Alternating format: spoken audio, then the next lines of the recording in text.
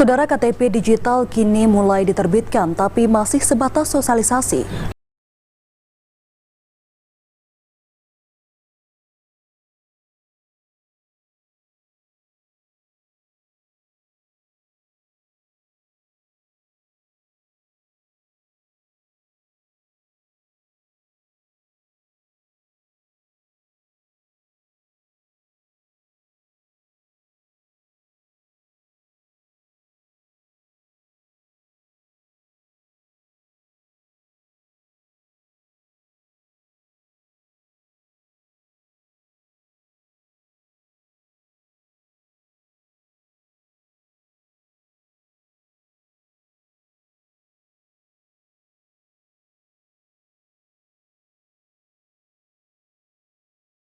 Untuk melakukan sosialisasi ke semua masyarakat.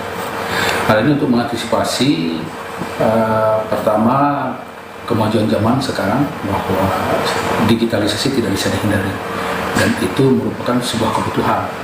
Yang kedua, KTP secara fisik tetap masih bisa digunakan, tetapi jika memang suatu waktu nanti terkendala dengan belangko, maka masyarakat tidak terkendala dengan identitasnya. Masih bisa digunakan KTP digital yang ada di HP. Untuk mendaftarkan aplikasi IKD harus didampingi petugas Dukcapil karena perlu verifikasi dan validasi yang ketat dengan teknologi pengenalan wajah. Pada saat pengurusan pendaftaran, pemohon bisa langsung mendapatkan KTP digital, bahkan dokumen kependudukan lain seperti KK dan lainnya juga dapat dipindahkan data digital ke handphone yang bersangkutan.